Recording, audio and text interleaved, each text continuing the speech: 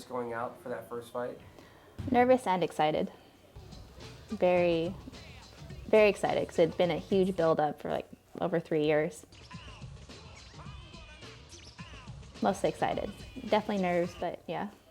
That one was pretty exhilarating. It's like, okay, I'm doing pretty good at the ground game here. That's where I was more comfortable and more confident. What makes her different than other people that fight? She's humble, 100% humble. Aspen still looks at herself as an amateur.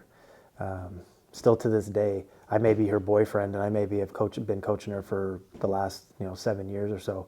But still to this day, she will text me and say, Coach, will you give me extra time today? Can I have an extra hour with you today on grappling? Or can you hold mitts for me? She never has changed who she was and who she is at the core, fundamentally, as a human being, as a person, and as an athlete. Her humbleness is what makes her better every single day and continues to progress, because when she walks into the gym, she looks at herself as an amateur, and she looks to have to prove things to herself. She's never out to prove anyone wrong. She's out to prove herself right. And she has that grace, humbleness, and a tenacity that doesn't need to talk about it. She just does it.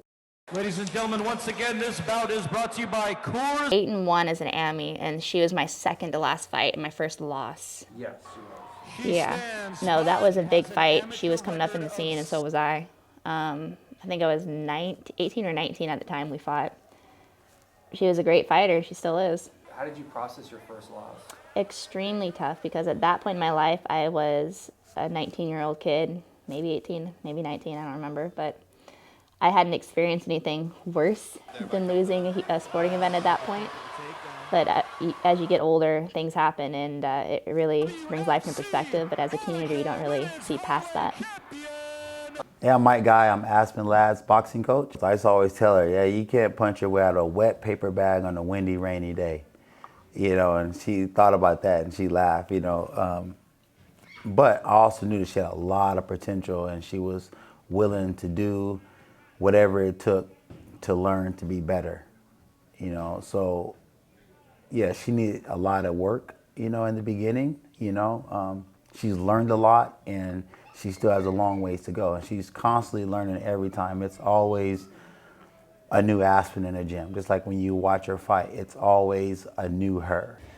Well, so when I first met Aspen, she was, I think, only 14, 15 years old.